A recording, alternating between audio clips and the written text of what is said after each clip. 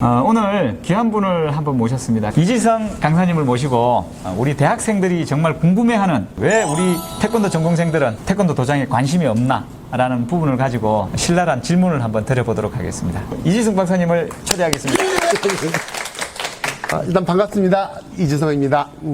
저는 여러분들과 같이 태권도를 너무너무 사랑하는 사람으로요. 여러분들보다 조금 더 일찍 태권도를 한 사람입니다. 여러분들이 고민하고 있는 것들은 아마 저도 옛날에 고민을 했을 거고요. 먼저 경험한 사람이 가는 길을 쫓아가 보면 실패가 조금 덜하다는 거예요. 그래서 오늘은 무슨 질문인지 모르고 왔어요. 제가 알고 있는 한도 내에서 대답을 해드릴게요. 일단은 국기원과 대한태권도협회 어떤 직함으로 어떤 일들을 해오셨는지 그 전문 분야에 대한 부분들에 대해서 한번 좀 여쭤보겠습니다. 저는 사실은 국기원에서는 성주화 사업이라 그래서 국기원을 성주화하려고 하는 노력을 했었고요. 월드 태권도 아카데미를 기획을 했었어요. 지금에 있는 연수원이 아닌 세계를 향한 원수원으로 만들겠다는 개념을 갖고 거기에 커리큘럼을 짰었어요. 나머지는 교본 작업을 했었어요. 전공이 이제 체력 육성. 제가 생략을 했었기 때문에 그런 부분과 호시술 정로를 했었고요. 대한태권도협회에서는 오랫동안 강사 생활을 했죠. 이제 나이가 들으니까 도장 분과 부위원장을 주시더라고요. 대한태권도협회 이사를 하면서 도장 정책위원장이에요. 이제 앞으로 나갈 것은 현장에서 봐야 된다. 꼭 현장에서 얘기를 듣고 정책에 반영해야 된다는 생각을 하고 지금 여러 군데를 다니고 있어요. 지금은 이제 그런 이사 자리도 내려놨어요, 사실은. 그러면 도장 경영은 어떤 경험이 있으신지? 한 28년 한 것 같아요. 근데 한 도장이 그렇지 또 포항에도 도장이 있었고 안양에도 있었고 의왕에도 있었고 뭐 판교에도 있었고 미국에도 있었고 이게 뭐냐면 체인 개념을 갖고 있었어요. 내 시스템이 맞으면 이것이 어디 가도 적용이 될 거라는 개념을 갖고 여러 가지를 했었어요. 그때 맞는 트렌드가 있어요. 도장 경영은 살아있는 생물이다. 예전 방식이 그대로 적용되지 않는다. 지금 트렌드를 꼭 갖고 움직이는 것이 중요하다. 이렇게 봅니다. 제 개인적으로 인기가 많아졌습니다. 전화를 참 자주 받습니다. 이유는 사범 좀 구해주세요. 이런 전화를 많이 받고 있고 네. 해외에서도 역시 마찬가지고요. 연간 한 2천여 명이 태권도 전공자들이 배출되면서 도장은 항상 힘들어합니다. 우리 사범님들을 모시기 힘든 부분 중에 하나거든요. 태권도 전공생들이 태권도 도장으로 가지 않으려는 이유, 노동 대비 비용이 적다. 엘리트 교육을 받았는데 내가 아이들을 지도하려니까 억울하더라. 근무 시간이 너무 정해지지 않다. 너무 다양한 업무를 해야 된다. 그로 인해서 전문성이 떨어지는 것 같다. 학부모들의 인식, 우리 사범을 바라보는 인식들이 너무 낮게 취급을 한다. 교육기관으로서의 어떤 그런 인식들이 많다. 무엇보다 공감대가 좀 있었던 부분들은 나는 초등학교 때부터 쭉 태권도를 해왔는데 너무나 긴 시간을 수련해오면서 또 내가 직업을 이것까지 해야 돼라는 어떤 권태를 느꼈던 우리 학생들의 이야기가 굉장히 크게 공감을 만들어냈던 것 같습니다. 이지성 강사님께서는 어떤 생각을 가지고 계신지 한번 들어보도록 하겠습니다. 지금 이 부분을 보면 첫 번째 이제 생각부터 바꾸시자는 거예요. 제가 이걸 들으면서 무슨 생각을 하면 이거 다 바꿀 수 있는 건데 여러분들이 가장 먼저 생각할 건 앞으로는 내가 귀하다는 거예요. 마인드를 바꾸세요. 내가 귀하면 어떻게 되죠? 목표가 높아져요. 지금 실패하는 것이 실패하지 않고 내 목표에 가는 것에 중간 과정이라 생각하면 하나도 힘이 들 게 없어요. 사범은 중간 과정으로 보자고요. 임금 적을 수 있어. 근데 내 목표는 그거 아니야. 너무 힘들어. 아니, 내 전문성을 갖기 위한 거야. 그러면 모든 것이 즐거워지는 거예요. 이걸 뭐냐면 프레임의 법칙이라 그래. 물이 반만 있냐, 반밖에 없냐, 반이나 있냐, 이거하고 똑같은 거거든요. 여러분들의 마인드가 긍정적인 마인드로 바뀌어야지만이 이 세상을 바꿀 수가 있어요. 성인층이 많아지고 노인층이 그럼 그쪽으로 우리가 포커스를 맞춰야죠. 이 트렌드가 있잖아요. 그 시대를 어떻게 가느냐에 따라서 바뀔 수 있다. 여러분들이 경영자가 꿈이라면 일단은 한번 경험은 해봐야 돼요. 현지 경험이 있어야지 그 다음 걸 바꿀 수 있거든요. 현지 경험이 없으면 공상이 될 수 있어요. 21살, 22살 이제 교범에서 사범을 시작한 친구와 저희와의 이 비교는 당연히 사범을 경험한 이 친구가 더 위다. 사범 경험은 더 많기 때문에 네. 저런 인식이 있는데 혹시 이 부분에 대해서 어떻게 생각하시는지 궁금합니다. 그 도장의 시스템일 때는 오케이. 근데요, 태권도는요, 이제는 그렇게 하면 안 돼요. 예를 들어서 태권도장이 그 업무적으로 볼 때 어디에다가 등록을 해야 돼요? 사업자 등록 내야 되죠? 세무서에다 해야 되죠? 우리는 소상공인이에요. 소상공인은 소상공인으로서 가져야 될 권리와 의무가 있어요. 세금 내죠? 신고하죠? 소상공인인 것 같기도 하고 무도적으로 사범에 대한 얘기도 있단 말이에요.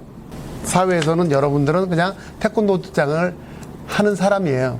비즈니스맨이에요. 비즈니스맨은 뭐가 있어야 돼요? 경영 마인드가 있어야 되고요. 문화로 팔아야 돼요.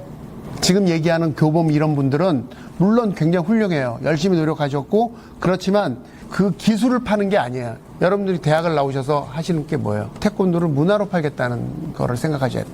조미료 선전할 때 어떻게 합니까? 이 안에 소금이 몇 프로 있고 설탕이 몇 프로 이렇게 설명 안 하고요. 탁 먹으면서 이 맛이야. 이게 전체를 다 통용하는 거예요.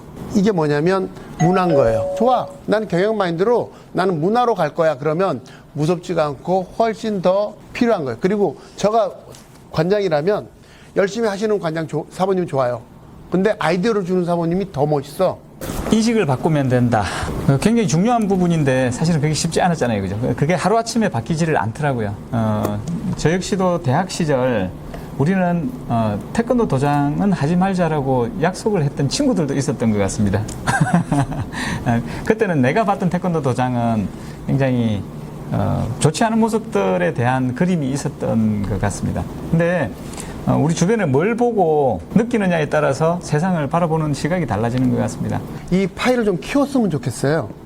제가 생각하는 태권도인은요, 태권도 기능만 갖고 있는 사람이 태권도인이 아닌 거예요, 저는. 태권도를 사랑하는 사람은 모두 태권도인으로 저는 규정합니다. 태권도에 대한 기사를 쓰시는 분들, 아니면 용품을 파시는 분들, 다 태권도인이에요. 여러분도 그런 개념을 좀 가지시면 내 직업군이 넓어지잖아요. 꼭 제가 도장으로 가라는 얘기는 하는 거 아니에요. 태권도를 많이 성장시킨 것도 있지만 일부는 너무 많은 사람들이 배출됨으로 인해서 경쟁력이 너무 세진 것도 있어요. 태권도 파일을 넓혀보는 거죠. 교수님께 여쭤보고 싶어요. 산업으로서 발전할 수 있는가 아니면 산업이 진짜 존재하는가. 꼭 도장이 아니더라도 그 산업화가 되어 있어야지 어딘가에서 일을 할 수 있을 것 같잖아요. 그 부분에 대한 부분은 어떻게 생각하세요? 시장이 있다면 산업화가 될 수 있다는 생각이 듭니다. 이런 단계들을 다 밟고 있는데 다만 우리 소비자들의 인식들이 조금 그 산업들을 좀 키워가야 되는 부분이 아닐까라는 생각이 듭니다. 이를테면 띠에 욕심이 많습니다. 근데 거기서 정가는 띠가 그렇게 많지 않습니다. 정성스러운 띠 하나만 있으면 저는 다른 띠 안 맬 것 같습니다. 아무리 비싸도 나에게 가장 잘 맞는 띠를 저는 꼭 살 겁니다. 1년에 한 5개 정도의 띠를 받는 것 같습니다. 너무 대충 만든 것 같아요. 그럼 그 회사는 못 만들어서 그 제품이 만들어졌을까요? 소비자들이 그걸 원하기 때문에 싼 거. 태권도인들이 만드는 어떤 소비 트렌드 그리고 인식에 따라서 좀 시장이 형성이 되는 것 같습니다. 그래서 문화를 지배하는 자 세상을 지배한다는 말처럼 서두에 우리 강사님께서 태권도의 문화를 만들어야 된다는 말씀을 계속 하시더라고요. 그래서 우리는 어떤 문화를 만드느냐에 따라서 태권도 산업까지도 잘 경영될 수 있다라는 질문이 해당되는 말이었는지는 모르겠지만 행설수술 한번 해봤습니다.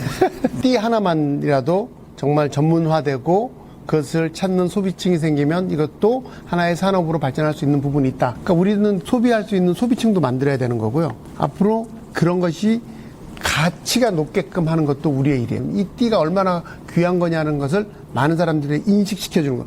마치 그냥 띠지만 이것이 문화로서 가는 거죠. 산업으로 발전하는 데는 충분한 도움이 될 것이다. 태권도 전공해서 뭐 할래?